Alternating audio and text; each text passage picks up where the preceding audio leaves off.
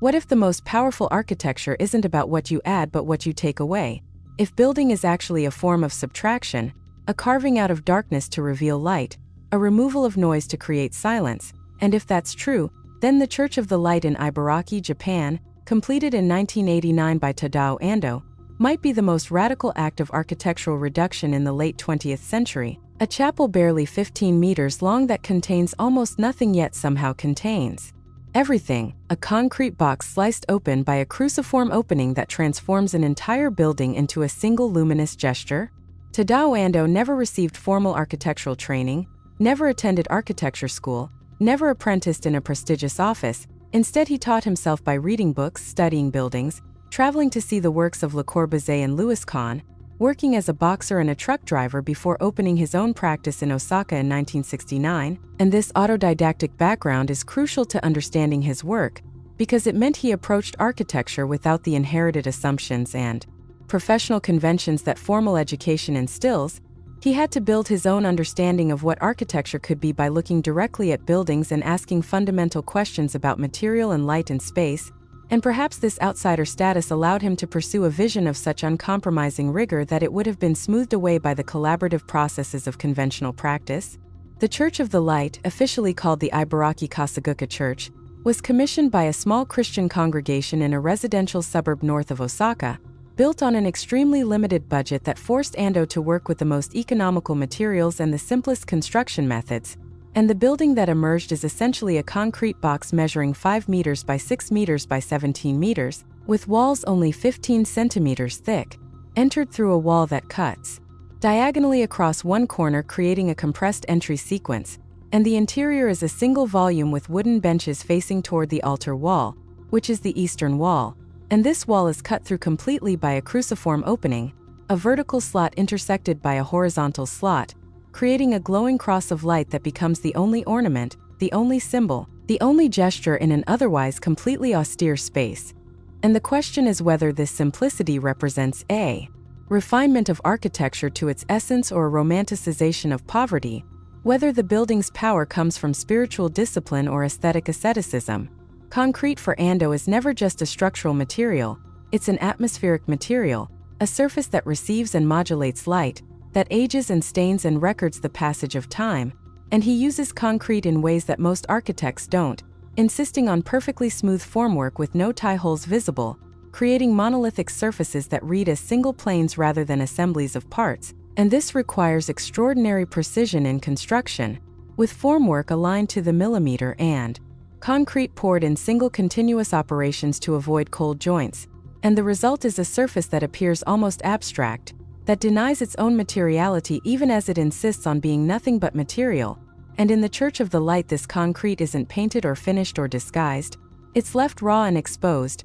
showing the grain of the wooden formwork, the slight variations in color where different batches met, the marks of construction that Ando accepts as part of the building's authenticity, and this rawness is essential because it grounds the spirituality of the space in physical reality. It prevents the architecture from becoming too ethereal or abstract. It insists that transcendence, if it exists here, must be found through matter, not despite it. Light in Ando's work functions as a spatial generator, not just illumination but the actual substance that defines volume and surface, and he choreographs light with the precision of a filmmaker, controlling exactly where it enters, how it moves across surfaces, how it changes through the day and seasons. And in the Church of the Light, the cruciform opening is both incredibly simple and incredibly complex. Simple because it's just two slots cut through a wall, complex because its position and proportion and orientation transform the entire spatial experience, because the cross isn't applied to the wall, it's cut from the wall, it's an absence not a presence.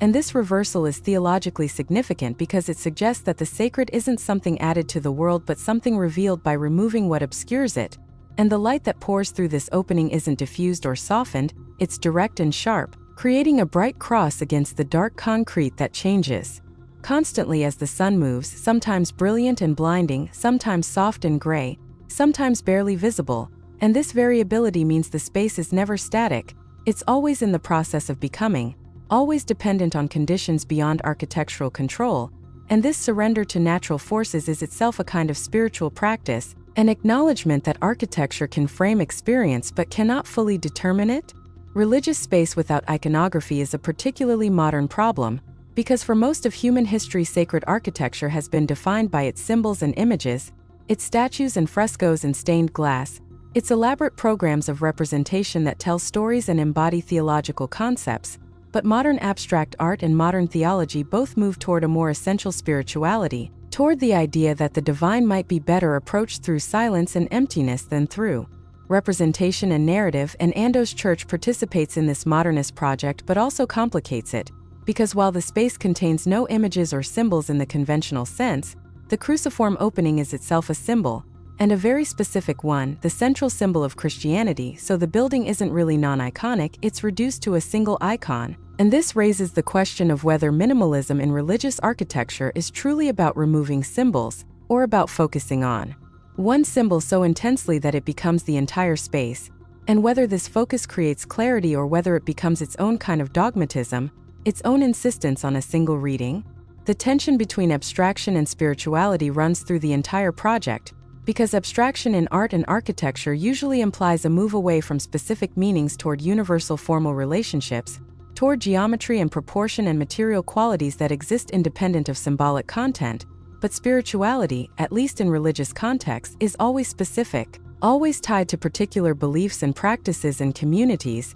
and the Church of the Light exists in this tension, with its abstract concrete box and its pure geometric cuts suggesting a universal modernist space, but its cruciform opening and its function as a Christian chapel insisting on particular religious content. And Ando doesn't resolve this tension. He holds it in suspension, creating a space that can be appreciated purely formally, as a beautiful play of light and shadow and material, but that also functions for its congregation as a place of worship, a place where the abstract geometries become charged with religious meaning because of how they're used and what they're used for. And this dual reading is part of the building's power, the way it can operate simultaneously as high architecture and as humble chapel, as international modernism and as local spirituality. The relationship to Japanese tradition is complex and often oversimplified, because it's tempting to read Ando's work through the lens of Zen Buddhism and traditional Japanese aesthetics, to see the simplicity and restraint as essentially Japanese qualities, but Ando himself has been clear that his primary influences are Western modernists,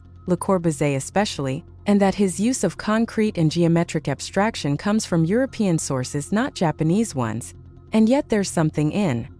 his sensibility, in his attention to light and shadow, in his acceptance of emptiness as a positive quality rather than an absence, in his careful framing of nature, that does resonate with Japanese spatial traditions, with the Tokonoma alcove and the rock garden and the tea house, spaces that create meaning through reduction and suggestion rather than accumulation and display. And perhaps what Ando achieves is a genuine synthesis, not a superficial application of traditional motifs to modern forms, but a deep structural alignment between modernist abstraction and traditional Japanese aesthetics, both of which value restraint and precision, and the power of the unmarked space.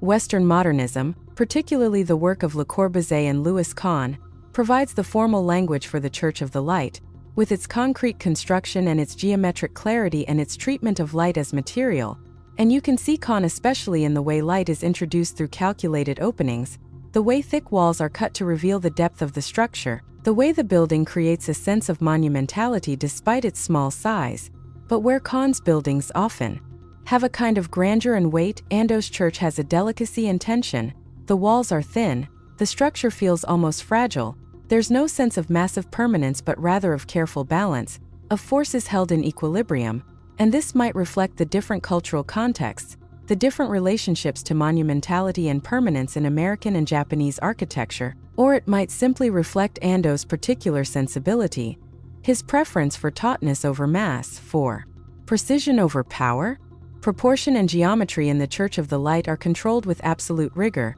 with the cruciform opening positioned according to careful calculation, the vertical slot running from floor to ceiling at the exact center of the wall, the horizontal slot intersecting it at a height determined by both practical considerations, the need for the altar to remain below it, and compositional ones, the desire for the cross to feel balanced but not symmetrical, and the dimensions of the chapel itself, the relationship between length and width and height, create a space that feels neither cramped nor expansive but somehow perfectly sized for its purpose, And this attention to proportion isn't about following classical rules or golden ratios, but about developing dimensions through drawing and modeling and intuition until they feel right, until the space has the qualities Ando is seeking. And this is where his lack of formal training might actually be an advantage, because he's not trying to apply learned formulas but rather discovering proportions through direct engagement with a specific project. And the result is a space that feels inevitable, as if these dimensions are the only possible ones,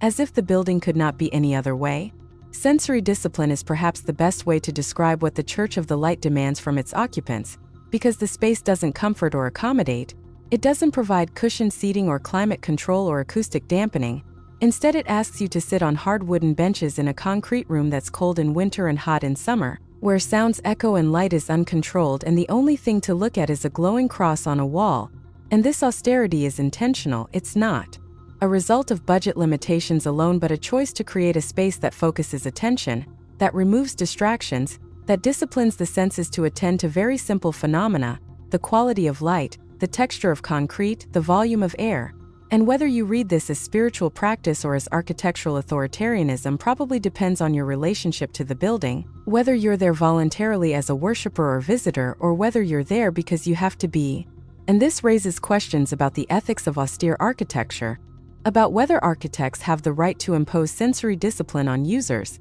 about whether the aesthetic and spiritual goals justify the physical discomfort. The criticism of the Church of the Light has focused on exactly this austerity, with some arguing that the building romanticizes poverty, that it mistakes material limitation for spiritual virtue, that it imposes the architect's aesthetic preferences on a congregation that might actually want more comfort and warmth and accommodation. And there's also been criticism of the way the building has been photographed and published, with images that emphasize the dramatic cruciform opening while ignoring the practical difficulties of using the space, the difficulty of heating and cooling it, the acoustic problems, the fact that the congregation eventually installed glass in the cruciform opening to make the space more usable, a modification that Ando opposed but that the users needed. And this gap between architectural intention and actual use is revealing, because it shows that even the most carefully designed spaces don't fully control their own reception, that users will modify and adapt buildings to meet their needs regardless of the designer's vision. And the question is whether this represents a failure of the architecture or simply the normal life of buildings, which are always in negotiation with their users, always being adapted and changed and reinterpreted. The romanticization of Ando's work, particularly in Western architectural culture, is undeniable, with the Church of the Light becoming perhaps the single most published and reproduced small building of the late 20th century, appearing in every survey of contemporary architecture, in countless monographs and journals and exhibitions, always photographed in the same way, from the interior looking toward the light cross, usually empty of people, usually at a moment when the light is perfect. And these images have become so familiar that they've almost replaced the actual building in architectural consciousness. Most architects and students know the Church of the Light through photographs, not through direct experience. And the photograph presents a very particular version of the building, one that emphasizes its formal purity and its dramatic light effects while eliminating everything messy or complicated or contextual.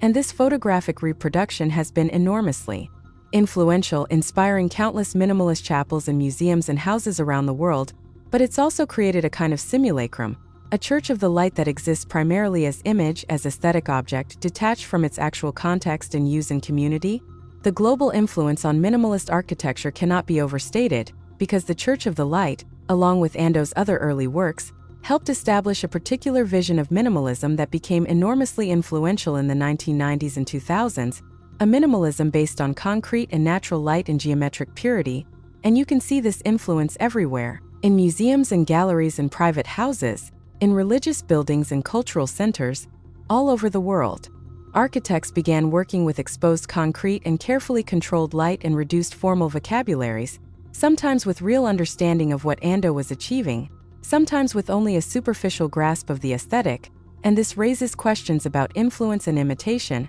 about what happens when a building that emerged from very specific conditions, a small budget and a particular site and a particular client and a particular architect's obsessions, becomes a model to be copied in completely different contexts, and whether the formal strategies can be separated from the specific circumstances that produced them, whether minimalism can travel or whether it always risks becoming merely a style, a set of aesthetic preferences detached from the underlying logic that gave them meaning. The Church of the Light became one of the most reproduced images in architectural culture, not just because it's beautiful, though it is, but because it seems to offer something many architects are searching for: a way of making architecture that is both modern and spiritual, both rigorous and poetic, both minimal and meaningful. And the cruciform opening especially has this iconic quality. It's an image that works at every scale. From the full building down to a detail photograph, it's immediately recognizable and immediately powerful, and it seems to solve the problem of how to make sacred space in a secular age,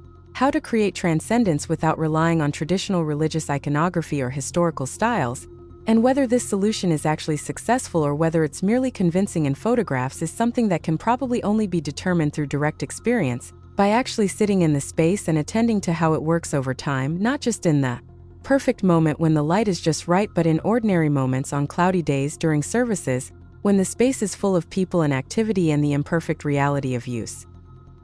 Ando's self-taught background returns here as significant because his architecture doesn't feel academic, doesn't feel like it's responding to theoretical debates or positioning itself within architectural discourse. Instead, it feels personal and intuitive, like the work of someone who is trying to solve specific problems in specific places with specific materials. And this directness is part of the work's power, the sense that these buildings aren't illustrating theories but rather discovering something through the act of building itself. And the Church of the Light in particular feels like a discovery, like Ando found something essential about how light and concrete and geometry can create space that affects people, that the building taught him as much as he taught it. And this sense of discovery, of architecture as a form of research rather than a form of application, is what makes the work feel vital rather than merely competent, alive rather than merely correct. So does architecture create transcendence through restraint alone? Can the systematic removal of everything inessential actually reveal something essential, something beyond the material facts of concrete and light and geometry? And the Church of the Light seems to argue yes, that by reducing architecture to almost nothing, by creating a space defined primarily by an absence, by a cut through a wall, something emerges that exceeds the physical components, a sense of presence or attention or awareness that we might call spiritual or we might simply call aesthetic, depending on our frameworks and beliefs. And perhaps the distinction doesn't matter. Perhaps what matters is that the space creates a particular kind of experience, one of focus and contemplation and heightened awareness, and whether we attribute this to divine presence or to architectural skill or to our own projection is less important than the fact that the experience happens, that the building successfully creates conditions for something to emerge. And maybe that's all architecture can ever do: create conditions, prepare space, remove obstacles, and wait for something to happen in the opening. If this exploration of light and silence and the architecture of subtraction resonates with how you think about space and material and meaning, consider subscribing to see more deep dives into buildings that challenge our assumptions about what architecture can be. And let me know in the comments which minimal building you think achieves the most with the least, because these conversations about restraint and excess, about what architecture needs and what it can do without, are ongoing questions that every generation has to answer again for themselves.